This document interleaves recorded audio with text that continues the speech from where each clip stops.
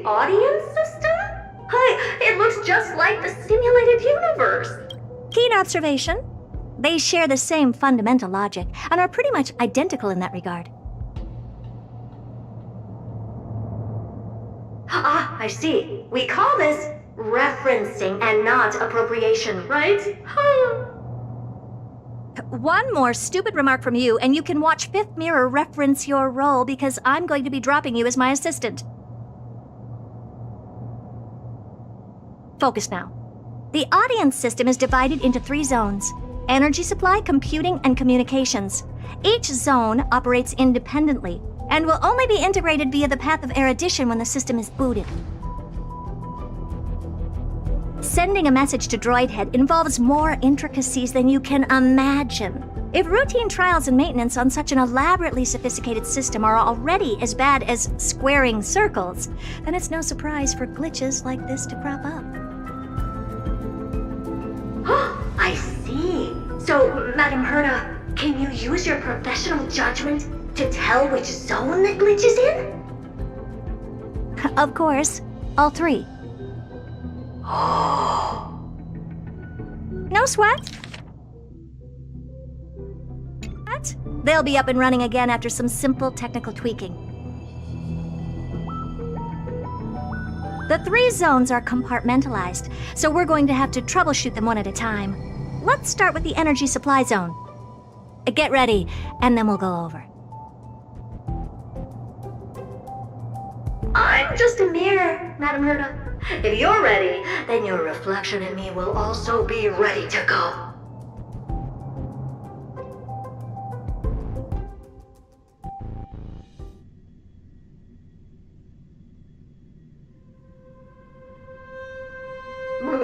Brr, why is this energy supply zone so cold?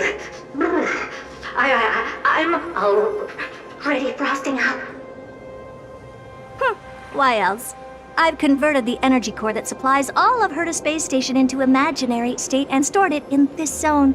If not for the ultra-low temperature here, the space station would have long blasted up into the sky. But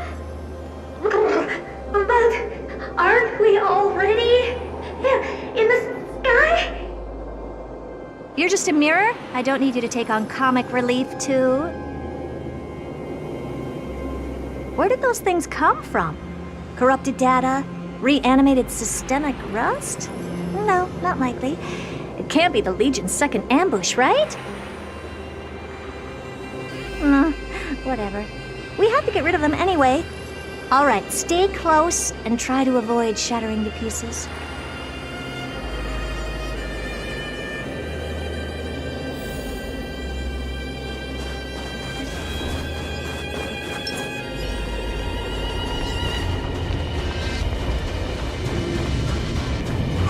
Light up the dark. What's this, ma'am? Looks like one of those memory bubbles. It's not worth that much attention. Is that...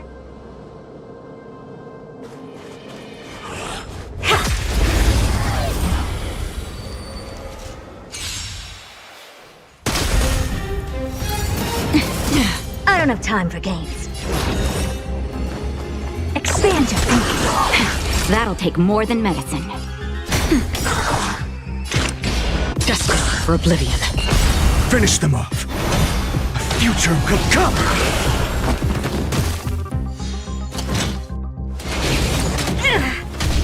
Never seen perfection before? Open sesame.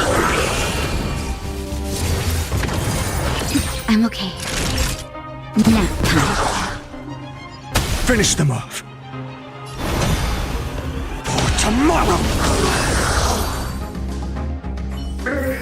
And Madam Herta never fails to impress.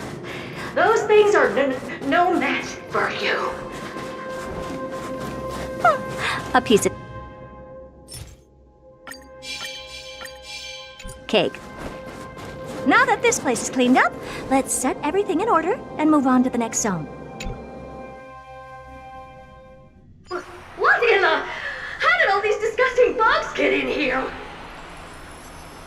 We're We're going to need out-of-this-world computing capability if we hope to meet Droidhead. If we can't churn out calculations faster than a Yottaflop's computer, then we can forget about having them notice our existence. But computers with too high a computing capability tend to attract computing stings like them. No one knows how these creatures evolved from their progenitor, the propagation.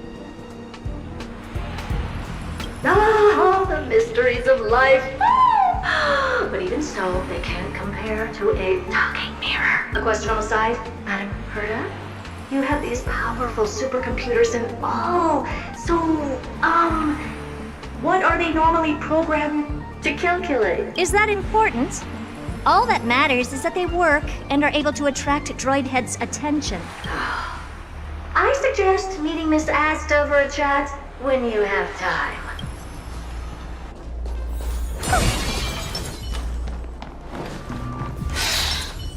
Green 4.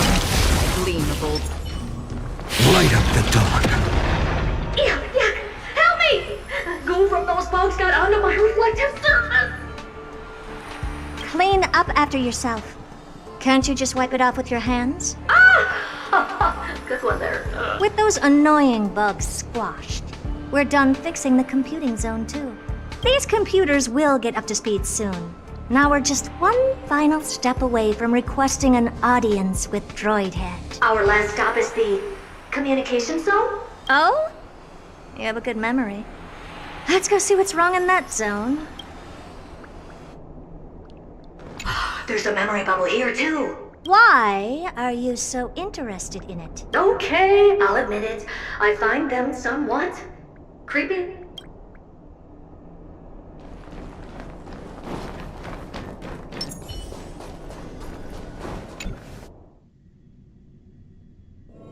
What's all this?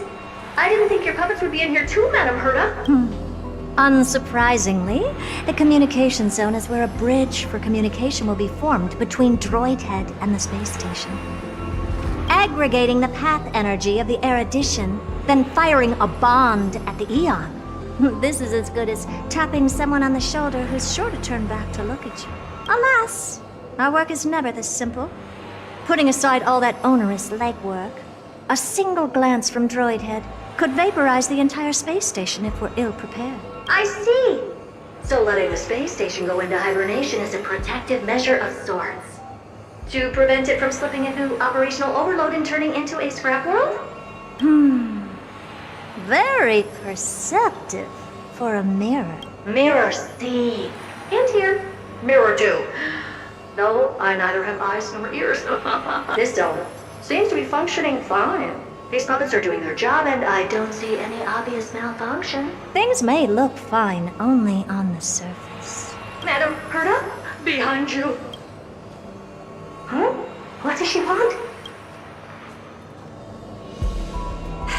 Let me take a look. This puppet should be number 2757. How did you tell? Shh! Don't distract me when I'm checking the puppet's parameters. 2757. That's strange. What's wrong? Madam Herta?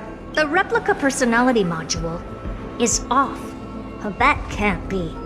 This parameter is set to be enabled by default, and the utterly absurd module has also been disabled? Something's definitely wrong here. I checked a couple days ago and made sure every puppet has it switched on. The attack, anything, everything module. No, wait. Why? Do you even have such presets?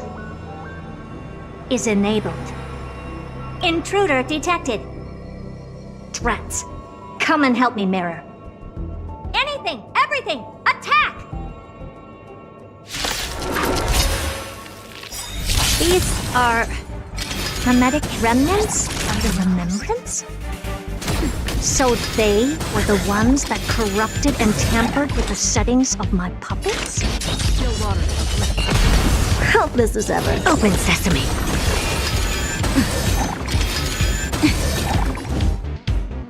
Future will come! I don't have time for games. Expand your thinking. Curiosity. endless riddle. Nothing but a void. Egad! What a close shave! But why are these remembrance memes even showing up here? That's not the only one. Look at them. Number 7631 and number 10136 are affected too. Can't you do a factory reset on them? Sorry to disappoint. The Absolutely Not module has been enabled, so not even I get to bypass its permissions. Whoopsie. What were you really trying to achieve with these creations?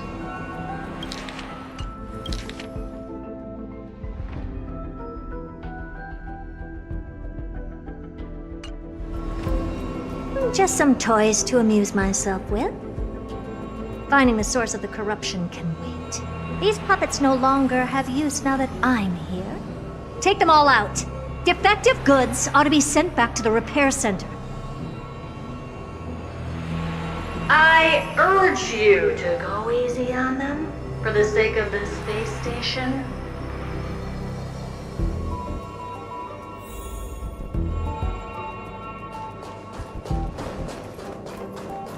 Take a look. This is pure genius in action.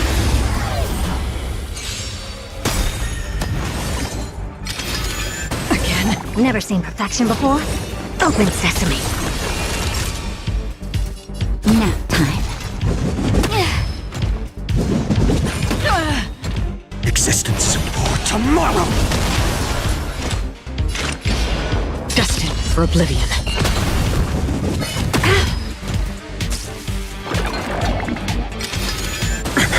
Helpless as ever. Expand your thinking.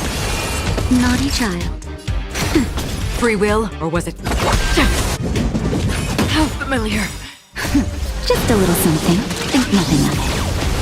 Thank you. I can still keep going. The future will come! Open sesame. That'll take nap time.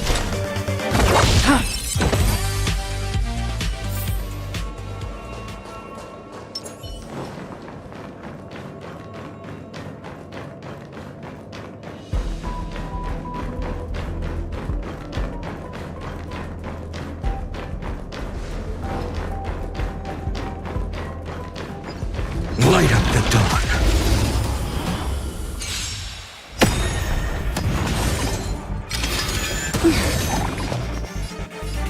Expand your thinking. Curious, endless riddle. Nothing but a void. Open sesame. Glimpse the unknown. I'm fine. I don't have time for games. Expand your thinking. Time for a shot. Another journey begins on the still waters of oblivion. I weep for the departed. It too shall fall. They're completely battered, save for their heads. Well, never strike someone in the face. The same goes for puppets. I'm picking up signals from more puppets somewhere further in. Let's go take a look. A memory bubble, tucked away this far in? I think I know what this is about now. This is interesting. But we can leave that for later. Let's take care of the malfunctioning puppets first.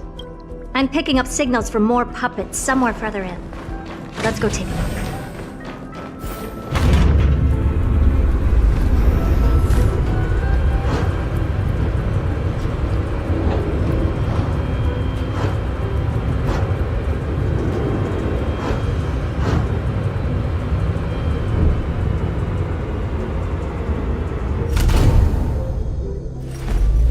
I will...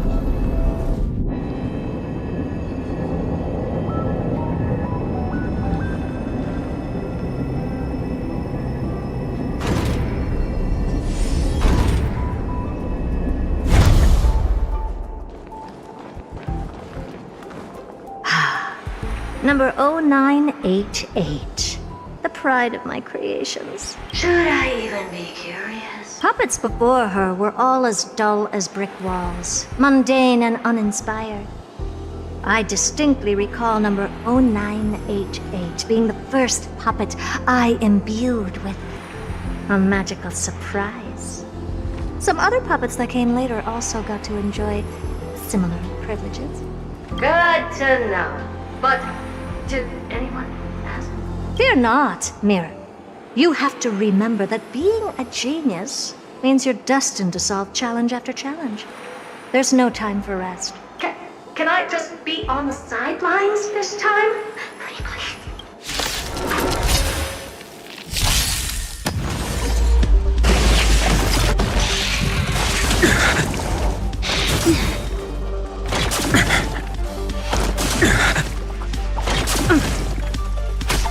You look tough. Expand your thinking.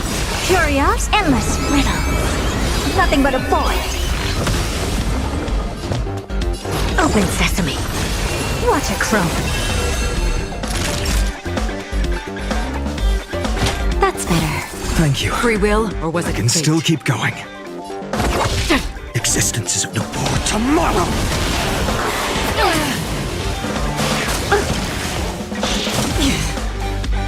Again? Just a little something. Think nothing of it. Thank you. I can still keep going. Expand your thinking.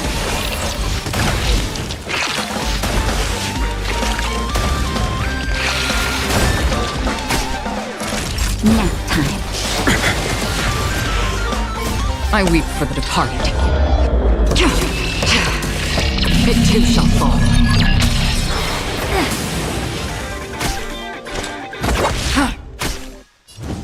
Future will come!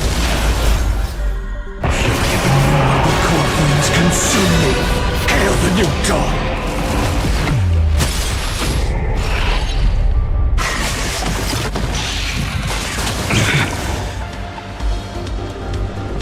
Is that all? Empty shell! So without substance!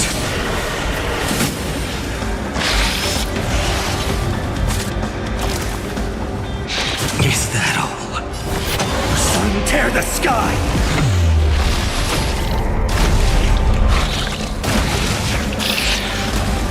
The flames are not strong.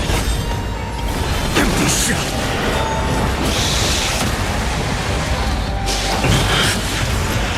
I'll never so without substance. Hail the new dawn!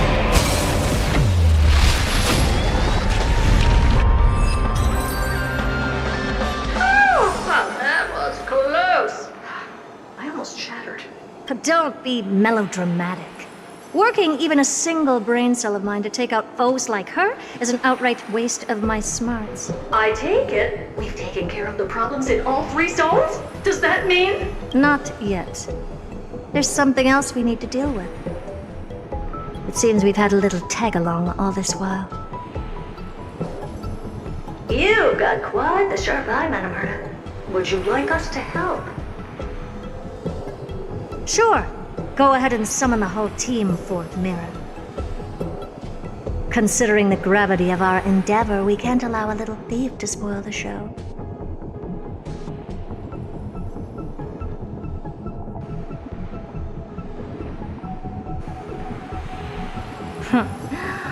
Parasite of the remembrance. Do you truly think your atrocious disguise can outwit the keen sight of a genius like myself? Once you're reflected in my mirrors.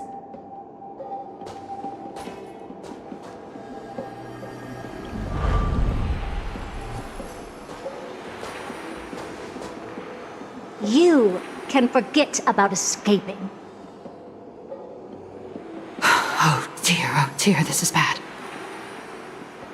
Right, stay alive, and again, I can strive. Retreat into the memory zone for now. I can always regroup and try again.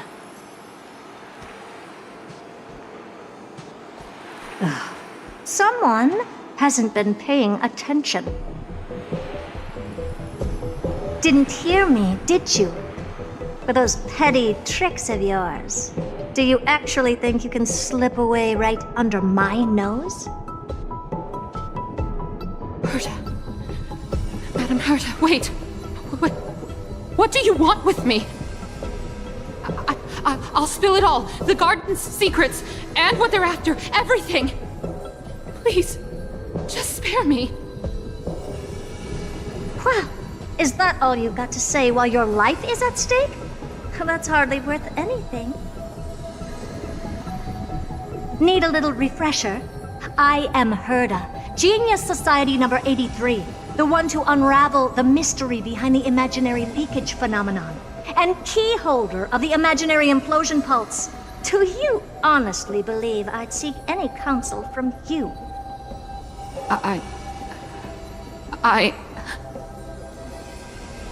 Hush now. Keep quiet. This is my moment to shine, so just listen.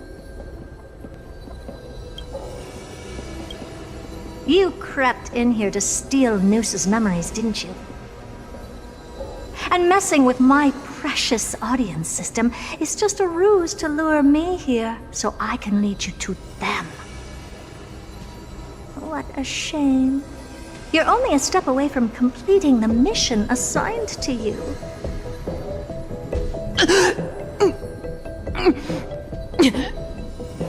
As if. Truth is, you never stood a chance from the get-go.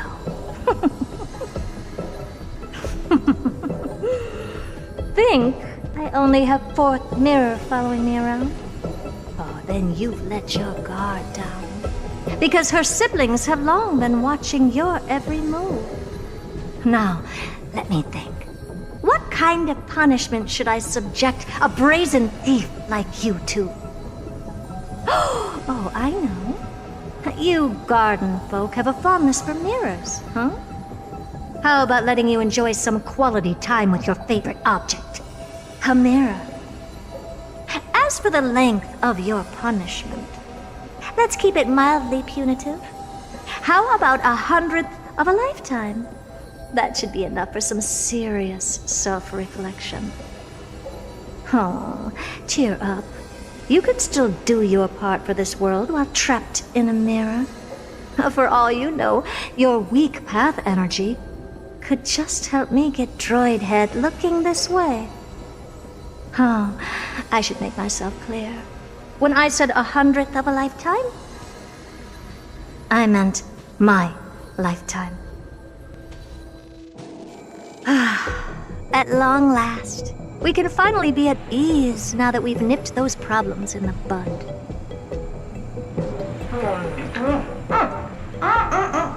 This is yummy. Oh, cut that out! Those weird noises make me seem like I've got a few screws loose. Put that little thief to sleep for now. We can decide her fate later. Oh, sweet and venerable Madam Herda, when did your heart turn this tender? The audience system has been rebooted. This is finally it. After all that I have done to reach you, Droid Head, you better not snub me.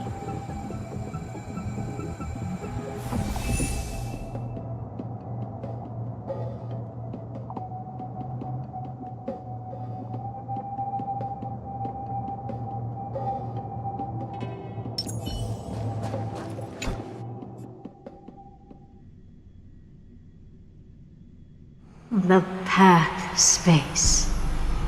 This isn't a figment of the simulated universe, but a perfectly tangible and accessible space. Right. Now's not the time to wallow in nostalgia. Droid Head, will you answer me?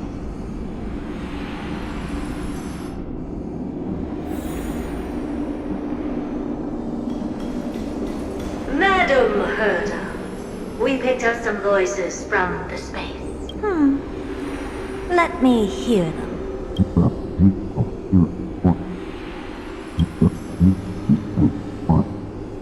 Is this binary arithmetic? Could it be Droid Head? Wait. There shouldn't be a 2 in binary arithmetic. Is this some kind of prank?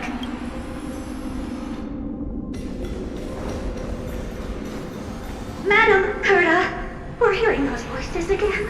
What now? What should we do? Keep your cool, second mirror. What did they say this time? Play it again for me.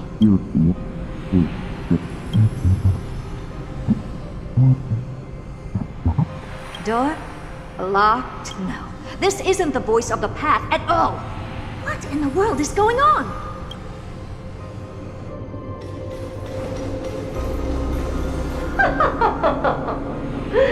Madam Herda, those lads outside seem to be discussing something interesting. Want to listen in on them? Third mirror. Stop that nightmarish cackle. It's giving me goosebumps. Wait. Did you say those lads outside? Could it be? Why don't you listen for yourself?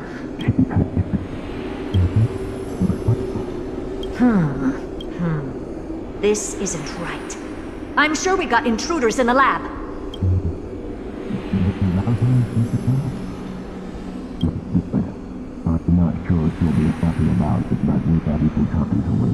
Wait! Stop! Whatever you're about to do, no, don't even think about it. Whoever you are, you better not interrupt me right. I must continue forward. Just a few more steps and I'll be able to see Droid Head.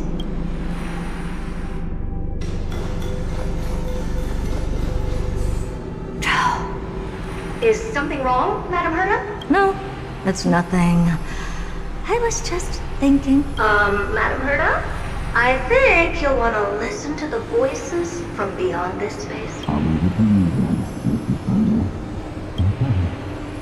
Wait, what are they up to?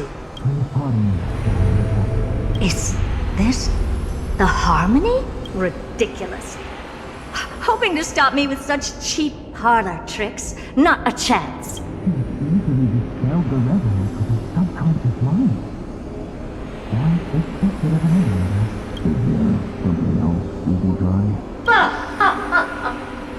Presumptuous fellows. Who are you to interrupt Madam Herda's experiment? Let's ignore them and keep going. We haven't seen news yet. Forget it, Mirror. Let's just leave. Leave? Surely, you're not suggesting we stop the audience experiment right now. That's beyond all reason, ma'am. We went through so much just to get here. And now we're just one step away from making contact with the Eon themselves. Please! You know how insanely costly it is to reboot the audience system.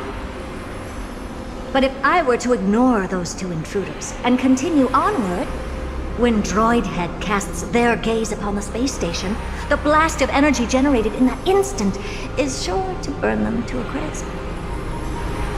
Experiments can always be repeated, but humans cannot be brought back to life.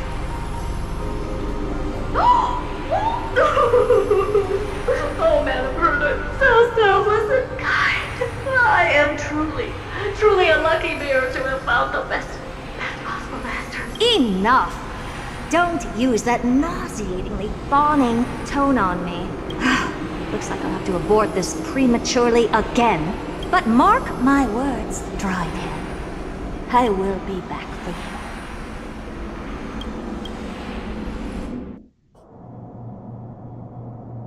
Madam Herta? You're finally awake. You two? Oh. My plan is ruined. And it's all thanks to you. Your plan? My sincerest apologies, Madam Herta. We weren't aware this was a part of your plan. The space station was in complete darkness when we arrived, so Sunday and I assumed something bad had happened. We continued further into the space station, hoping to find the cause of the blackout, and that's when we chanced upon your actual self.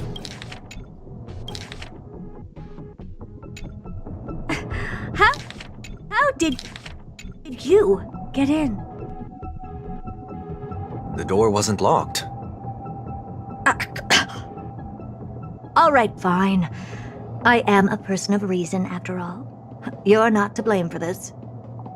I am familiar with Mr. Yang. at the Astral Express. But the one next to you? Looks like Madame Herta doesn't pay much attention to cosmic news. Please pardon my manners. It is unbecoming of me to forget the most basic of courtesies amid all that has happened.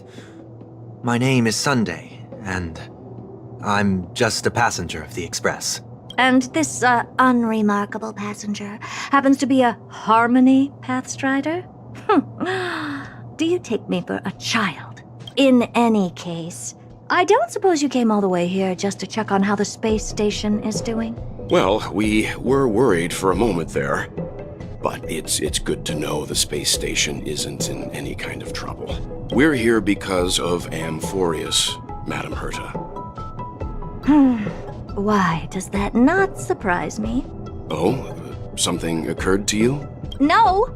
I've told Himiko everything I know. Nothing about the world sounds right. Droidhead has cast their gaze upon numerous worlds in the past, and every one of them is etched in my mind. So how could I possibly not know about it? Perhaps those garden folks lied to you. Anyhow, I've looked up the name Amphorius in the simulated universe. Though clearly irrelevant results have already been filtered out, there's still an unbelievably long list of generated results. Something about how the Divine Amphorius team will swap out their current crest emblem for one in King Babaru's likeness in the next season. I hope that can be of some help to you. We may as well take a look at it. I still don't get it, though. Didn't the Astral Express already depart some time ago? Is that world so incredibly spectacular that it warrants this return trip? Well, that's because we're caught between a rock and a hard place.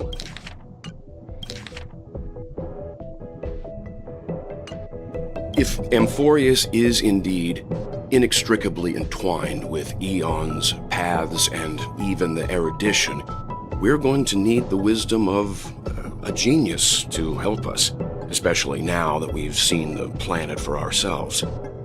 Elaborate a little on this rock and a hard place you're caught between. We've lost all contact with two indispensable companions since they entered Amphorius. And that's not all.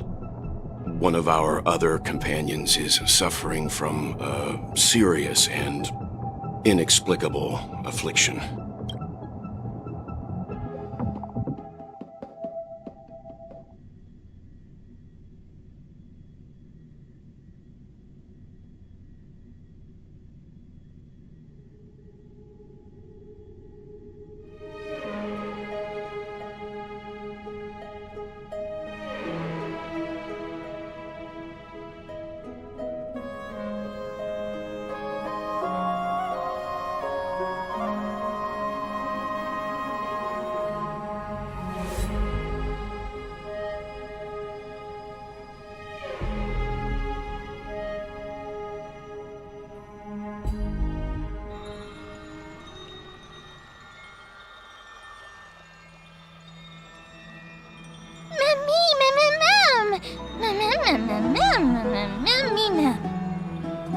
They've been this excited for a while now. What did you feed them?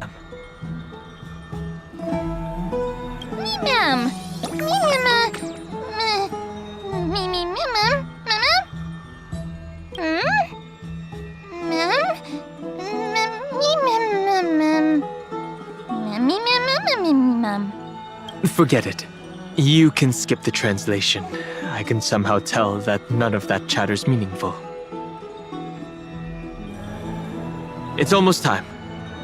The Chrysosers should be finishing up their preparations at the Vortex of Genesis. Let's go witness the core flames return when you're ready.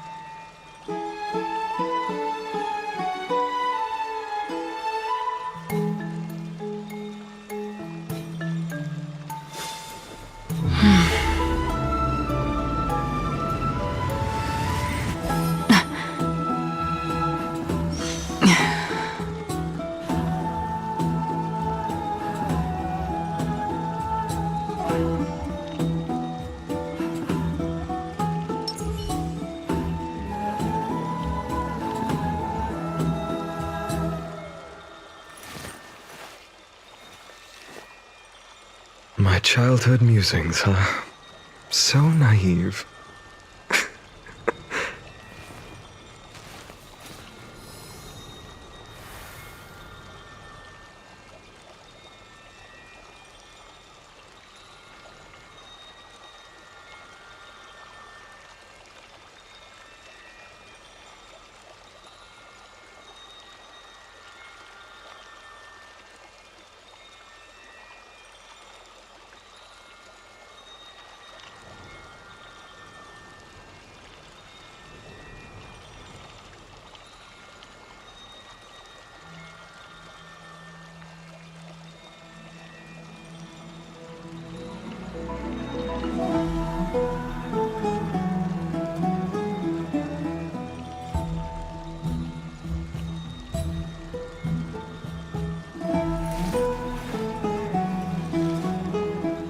So this was my childhood dream, huh?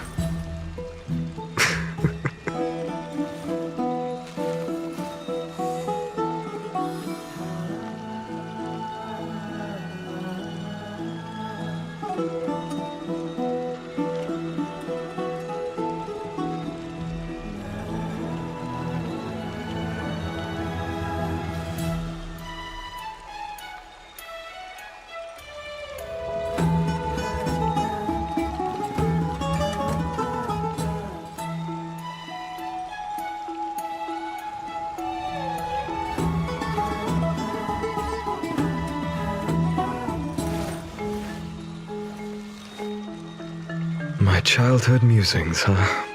So naive.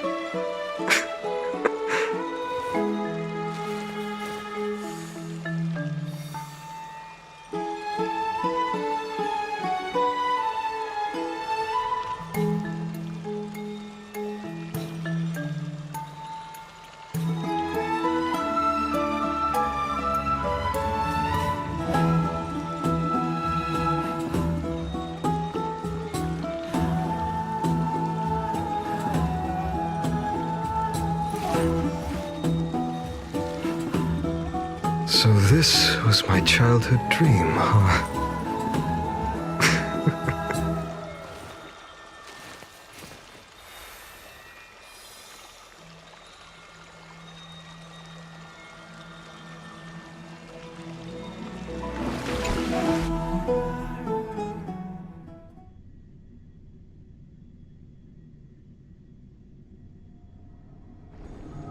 Peaceful days are like breezes carrying the scent of wheat fields.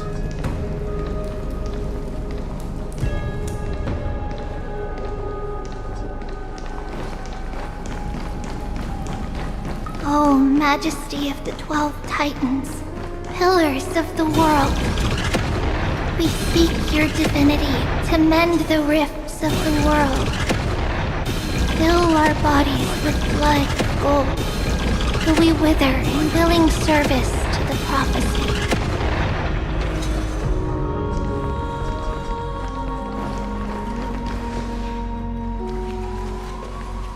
Your guests are here, Finan.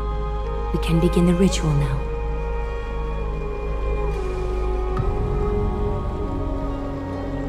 Lord Mighty isn't here yet. It's fine, Miss Caceres. He spoke to me already. I told him he should be nursing his wounds, and that he shouldn't be worrying about all this comrades once-in-a-lifetime ascension ritual stuff.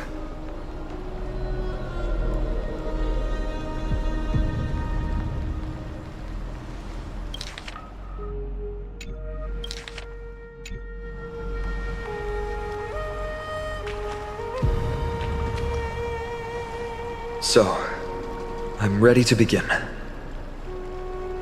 Teacher, show him the way forward.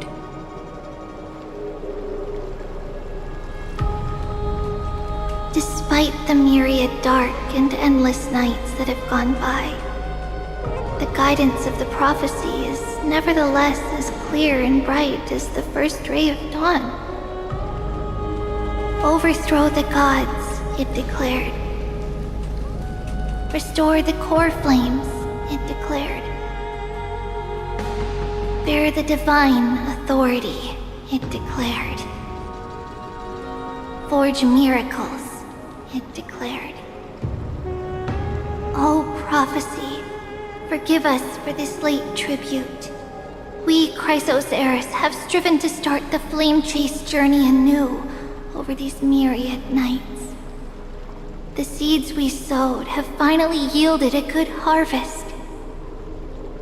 The 7th core flame needed for the miracle that once belonged to the great Lance of Fury, Nikador, shall now be returned by an elected hero of the Chrysos heirs, an upstanding citizen, a valiant warrior, and a noble soul. Please step forward, Finan of Ides Elysiae.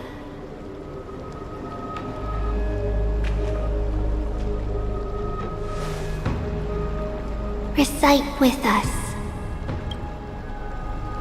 O Majesty of the 12 Titans, pillars of the world, we seek your divinity to mend the rifts of the world. Fill our bodies with blood of gold, till we wither in willing service to the prophecy.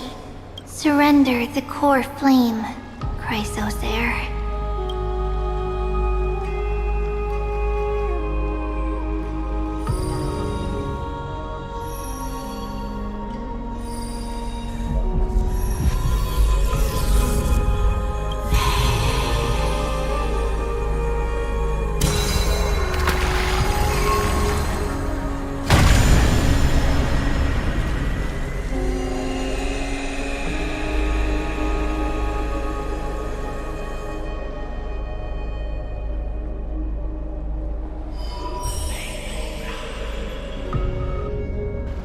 The Lance of Fury's constellation is illuminated.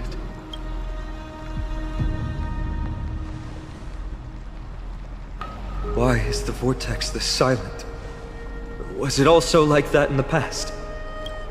Patience, Finan. Do not make us question this decision. Lord Nias? I'm afraid he's not the person you know, Castoris. That is a manifestation of the prophecy, an echo of the Titan's divinity. It is here to examine the Titan's successor.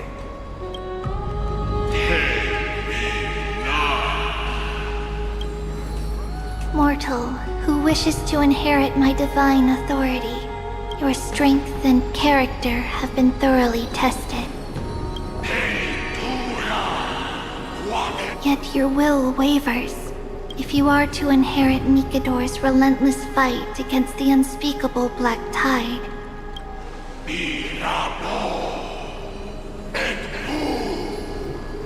You must accept a trial of divinity. Prove that you possess an indestructible will, and vanquish the fears deep in your heart. Vanquish the fears in my heart. So be it. No matter what obstacles you plan to put in my way, I'm ready to overcome them. For our prophesied tomorrow, I will become the god Amphorius needs.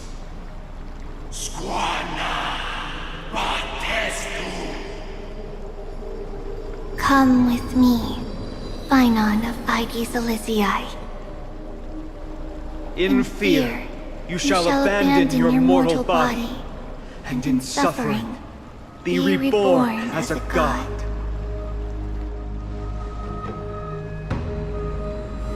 Wait for my return, my friends.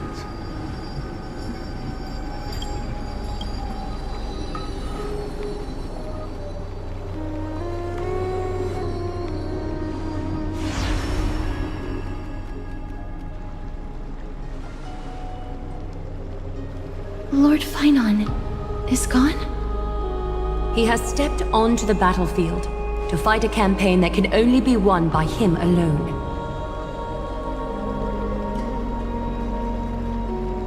All we can do is wait and have faith. What a mysterious ritual. Is there really nothing we can do but wait? I don't know about the rest of them, but I don't like to just sit by and wait for my fate to be decided. I pray you truly are prepared, Lord Phainon. I spoke at length with Lord Phainon before. There was hesitation in his words. The manifestation of the prophecy must have seen this. It saw Lord Phainon's heart wavering. Wherever he is, whatever he is fighting, I pray he makes it through this test.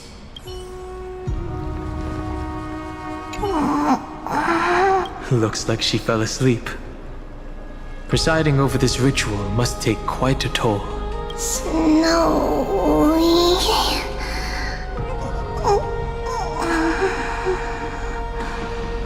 Will succeed. Phainon steers his own fate.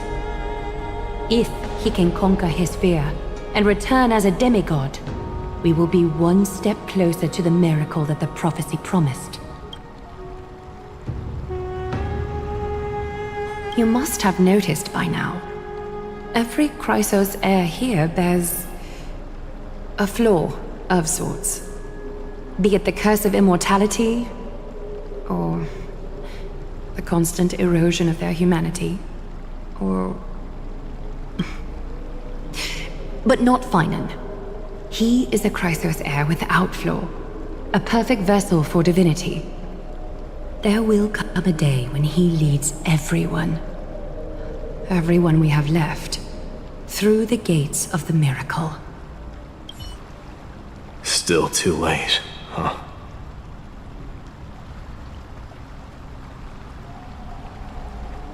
The constellation of the Lance of Fury is already illuminated.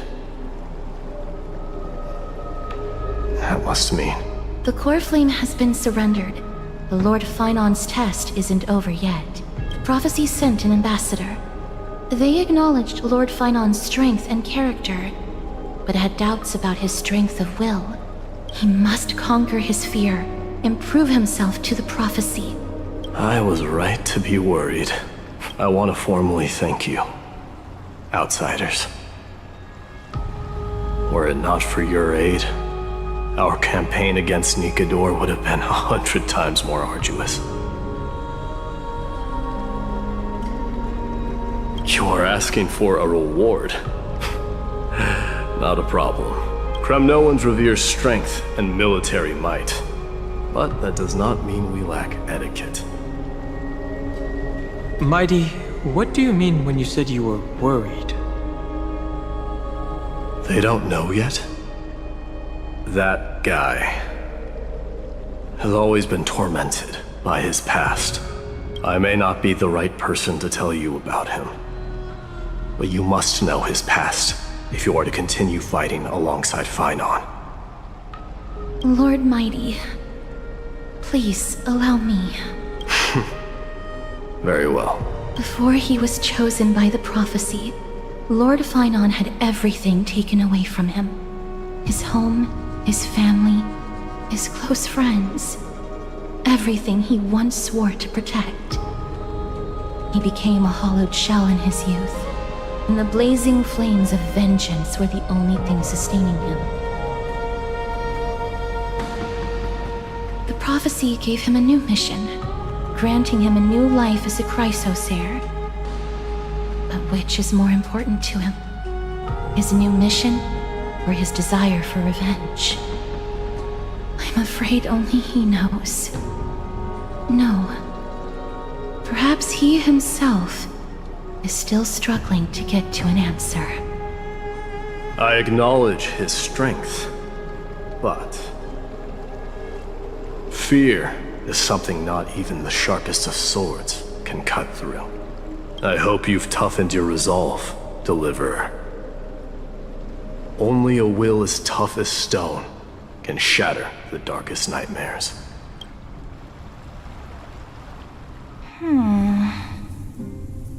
Is something wrong?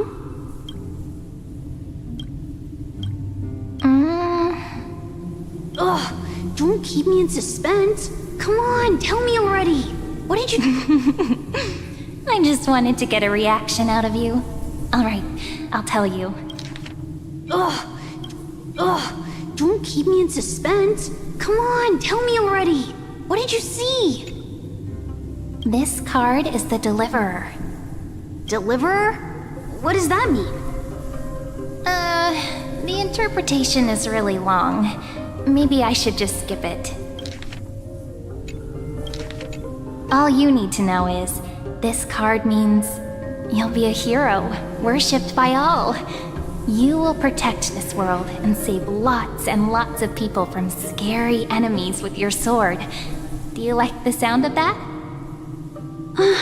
But What's the matter? This is a good card. I don't want to be everyone's hero. I just want to stay in this village with everyone I know. Grandma and Grandpa said the outside world is full of bad people. That's why they're always at war. Who wants to save bad people like them? I can be a hero, but only our village's little hero. Well, little hero, if the day comes for us to say goodbye to ID Silizii, could you become a deliverer then?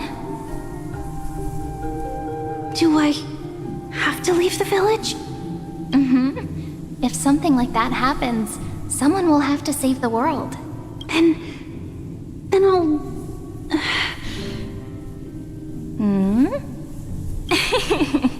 I'm just teasing you. Don't worry. ID Silizii is a peaceful place. Bad people won't reach us here. Are you going home already? If you're not in a hurry, should we go play with the fairies again? Fairies? Okay, I love playing with them. I'll win back the wooden sword I lost to them. Look at how excited that got you. Let's go then. May this world never have need for a deliverer.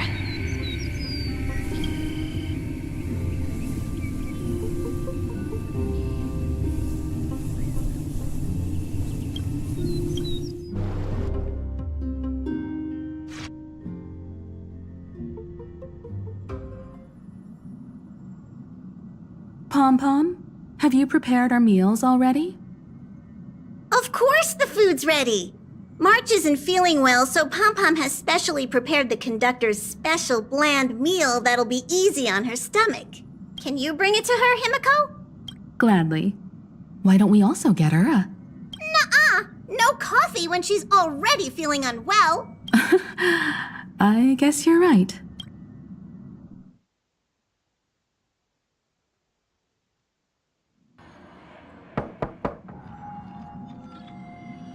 March, I'm coming in, okay?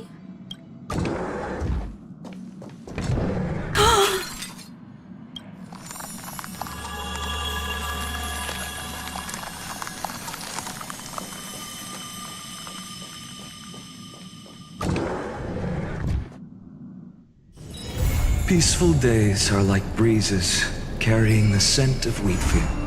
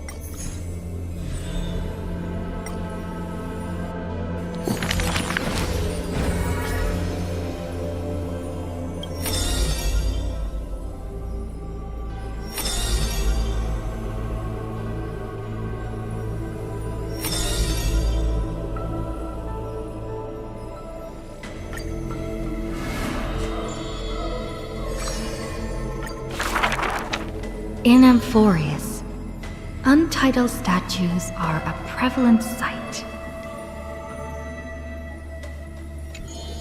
As for the inspiration behind these statues, they are said to be the clay figures that Kefali made at the world's creation. They made clay figures in their likeness, bestowed upon them the breath of life, and allowed the golden divinity of their blood to course through. Thus, the very first mortals roamed the earth, receiving the god's mercy while realizing the sorrows of this world. In front of a statue, the people of the holy city beheld a man, Finan of Ides Elysiae. He never spoke of his origins, only using this name to nonchalantly identify himself. That's not really his name, is it? People cast sidelong glances at him, their minds swirling with doubt. The man merely responds with a breezy smile, neither confirming nor disproving their speculation. Finan is a soldier, one with divinity coursing through his veins. Responding to the Goldweaver's rally call, he traveled long and far to reach the holy city, eager to bring light to the hero's path. Losses are a constant on the flame chase journey, where life too seems as small as a speck of dust. Ballads reach him through the breeze, as though soft voices meant for him, and he responds in kind. No matter. My existence is of little consequence.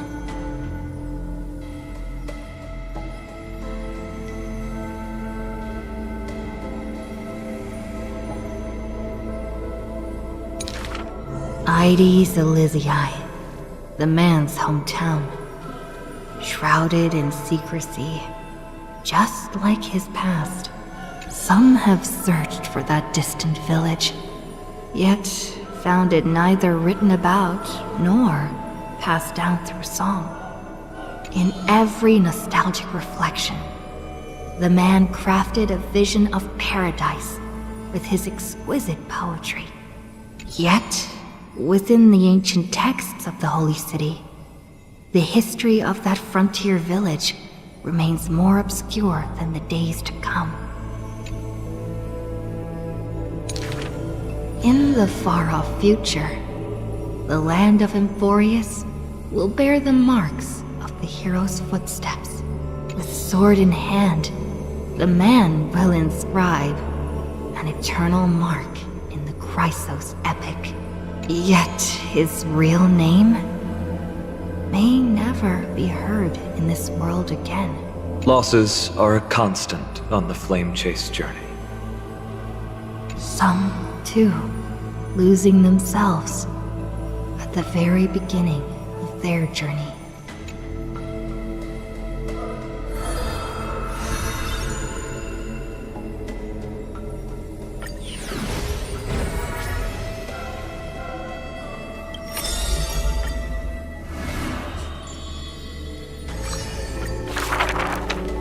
I see the sword stained with unknown blood, lying shattered and snapped. The shackle chained pale wrists, dotted in thickening rust. The priest asks with a shaking voice, "Upon whose fingertips will the butterfly perch?" The girl never answers, like death itself, wreathed in silent solemnity.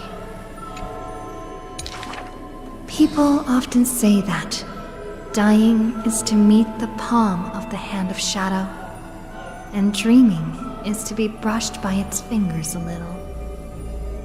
In the mirages when the girl petted death, she sees black waterfalls foaming and bellowing, pouring down from a chasm in the sky, where a solitary tower withstands the mighty torrents.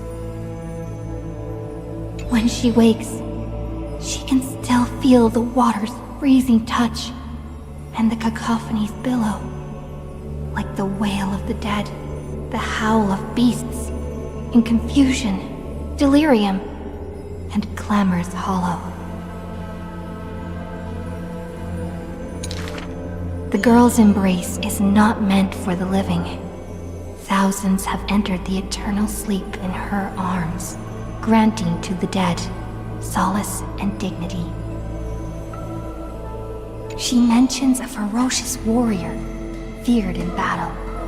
She did not go with a smile, but to me she cursed. "Oh, life's end, how ugly you are, how despicable."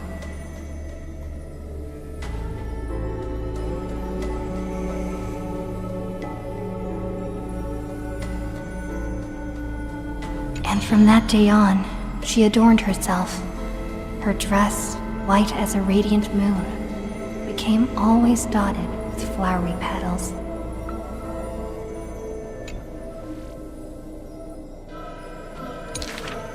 For if death cannot be avoided, so says the girl, I wish it could contain beauty more plentiful.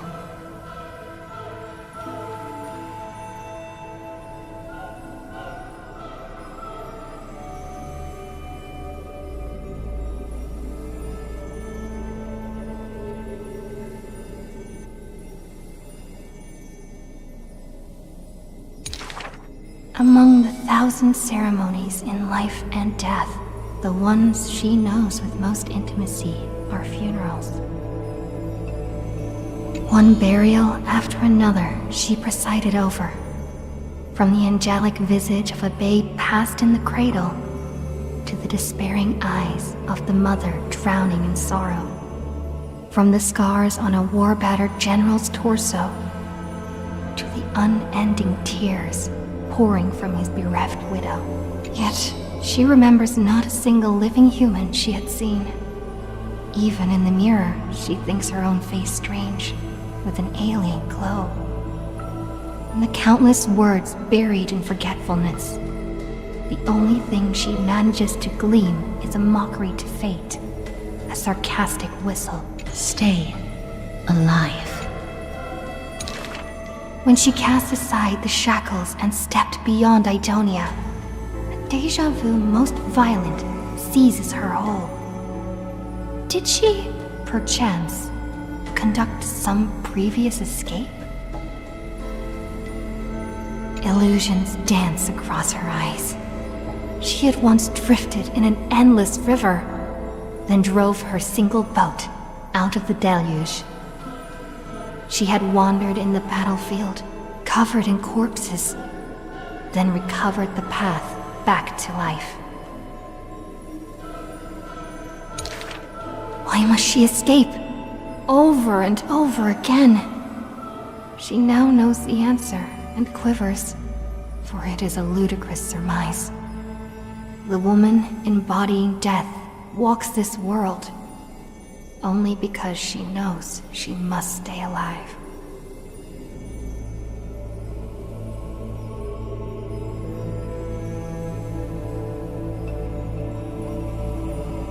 But alas, at that time she knows not that death is not the end. It is only a butterfly landing on a withered branch. Utterly meaningless, profoundly trite.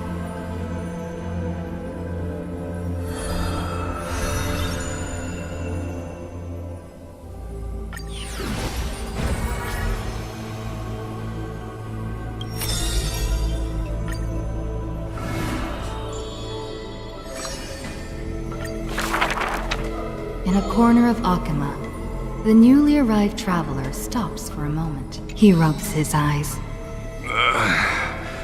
1, 2, 3? There's 3 identical children? The 3 children have differing smiles. One is beaming, one has a shrewd grin, and one is smiling serenely. Yet each of them looks just as mysterious as the other 2. Stranger, welcome to the Holy City. We will show you the way forward. Trebios.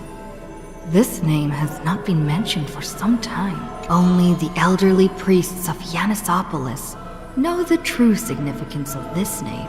High Priest, please guide us once again as we spread our wings on this long journey. As music from his hometown plays, the smiling children gather around the old man. They wish that the twilight breeze will carry away all tales of sadness. The end times loom like a dark cloud, hanging over the holy city's residents and shrouding them with worry. Hello, do you need our help? Like torches dancing in the wind, the children illuminate the alley. They wipe away the women's tears. Babies sleep amidst whispers. On the windowsill of those in prayer, their light footprints remain. The citizens call them the 3 Pillars of Akima. Yet they simply shake their heads. There's no need to be so somber. How about we play a game together? Guess who we are? The 3 soared and landed in front of the townsfolk. You're Trian. An old man says. No, we're Trinin. Trinin is the quietest of the trio. Are you Trinin? A young girl asks. Wrong! We're actually Trian. Trian is the most spirited of the trio. Then you must be Treeby! A child shouts. You're right! Good job! Treeby is as enthusiastic as she is adorable. It matters not whether they can tell the trio apart. Of most importance is their sincere smiles.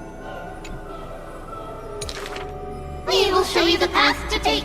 The children fly ahead, guiding the lost back to the main road. So, you literally show people the right path to take? You're lucky. You merely took a wrong turn. The children flew before me. It was rare to see them so quiet. However, there are many more unfortunate souls who have lost their direction in life.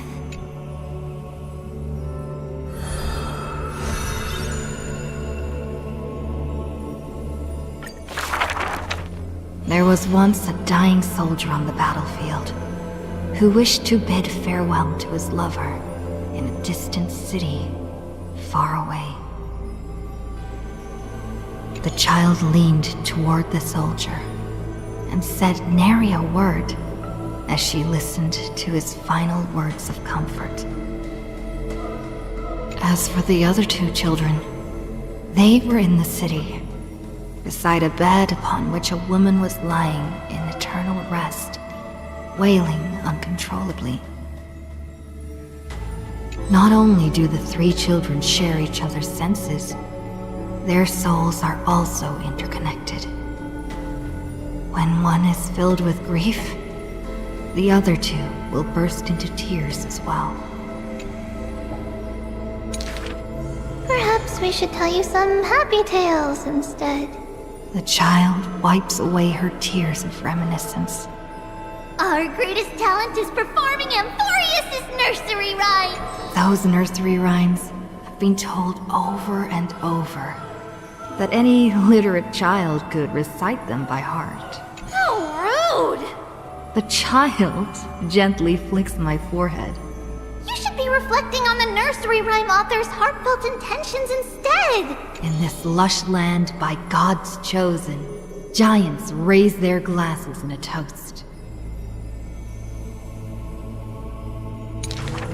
People commonly see the children riding on enormous flaming rockets, looking like shooting stars blazing through the holy city. Dangerous! An old man worriedly wishes the children to stop. Not Trinan. The quiet child shakes her head.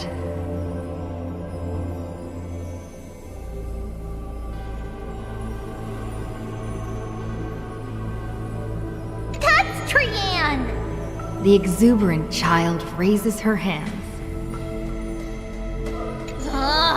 Stop nagging! The mischievous child pouts. Can't I just play with something I've created? Every child in the world loves to play, and Trevios is no exception.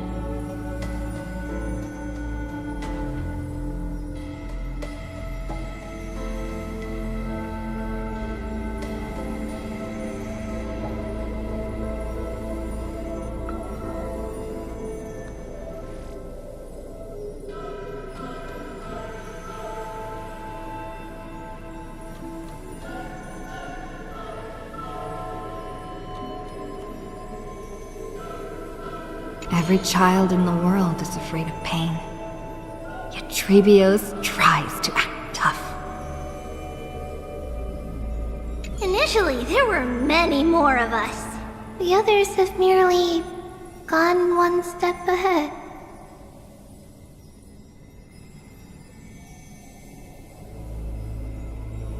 The children swore they were already adults. Yet, when they carelessly hit the city gate, they cried out in pain together.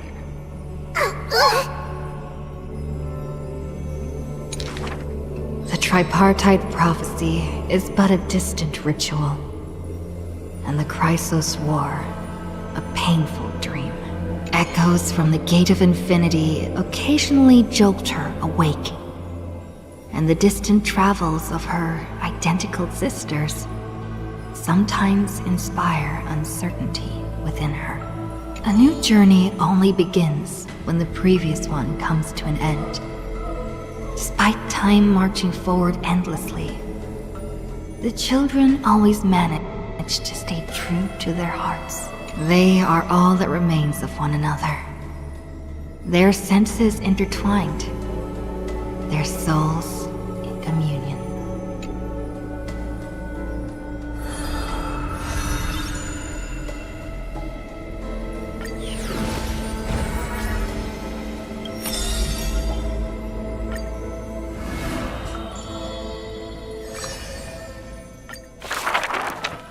Akima, a city that warriors look back upon before marching toward the battlefield. The holy city, the sanctuary of all citizens, just as the poets of the city have sung. The epitome of magnificence, unbounded benevolence. And the beauty of the holy city is like Aglaya herself, dressed in finery and of noble birth. She is the dressmaster of Akima, the one who weaves with golden threads.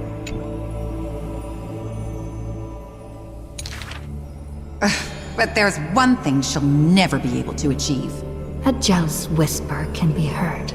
She will never be able to produce something seamless. Golden threads quiver, and a gentle wind rustles by her ear.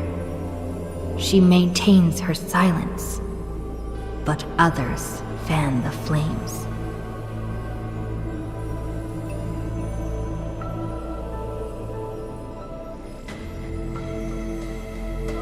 Is that so hard? Her scissors and rulers are better than any garment maker, sculpting forms as perfect as the gods themselves. Lady Aglaya, grace our eyes with your most elegant creation. No. Ingratiating words do not sit well with me, nor do duplicitous machinations. Her gaze flits across the stoa, equally regarding every member of the public.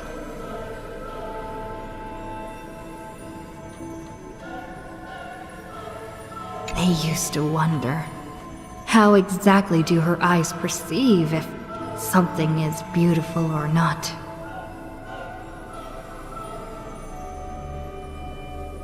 As with the holy city that's perpetually bathed in light, how do people tell apart cozy mornings and frosty nights?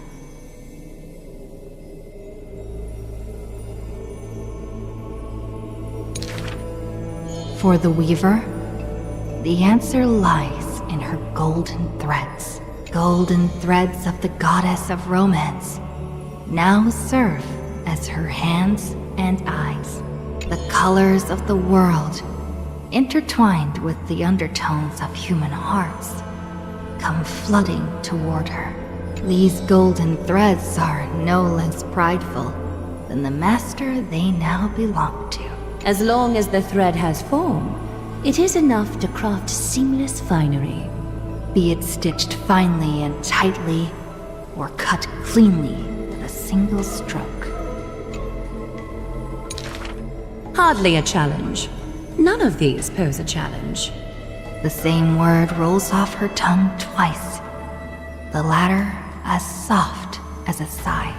The one who weaves gold gazes past me, fixed on something much farther. The network of threads that entwine all between the heaven and earth. The only challenge that she relentlessly dedicates herself to is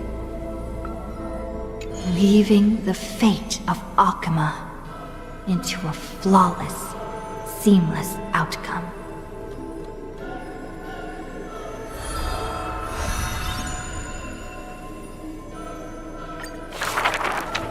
A long line stretched across the square.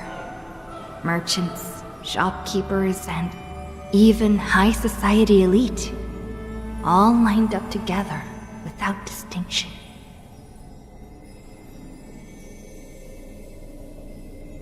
At the head of the line was the path to Aglaya's abode. Is the Holy City's fashion trendsetter going to reveal her newest masterpiece? She's about to get rid of her failed pieces!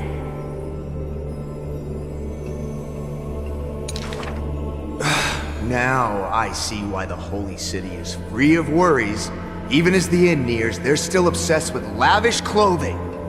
New to Akama, a visitor from elsewhere ends up utterly bewildered at the sight. It is said that a family of priests who worship Nestia go way back with the Weaver, but her impeccable gift for weaving isn't meant to serve anyone's pursuit for what was once a sacred duty, was misunderstood by the beauty-obsessed, who mistook fallen shreds for priceless treasures. Are flawed creations really still worth the people's adoration? The Weaver shakes her head. She seems to have forgotten something. It is precisely the flawed hero who walks ahead of the crowd, who casts a long shadow over the world, and who strides toward everlasting daylight. There are, nevertheless, people whom the Weaver is willing to sew and tailor for. Her conditions, though. Beauty sharp as a blade, and the relentless pursuit of beauty. Me! I want to be showered with a thunderous ovation, and lots of flowers. A melodramatic poet speaks out. I want to stir her emotions. The voice of a blushing young boy. Do I fit the bill? My sister and I are refugees from the Abyss. I want to get a pair of shoes for her. A seated child speaks up. Next to him is a barefooted girl, staying silent, with her head kept low. Unfortunately, gold threads are willful things. They are never swayed by sympathy or pity. A tense and worried look surfaces on the young child's countenance. The specks of dirt on his face brought back memories of a past encounter. Go. The Weaver begins. Go to the 3 children in the city. As messengers of Yanis, they will bring him the shoes he hopes for.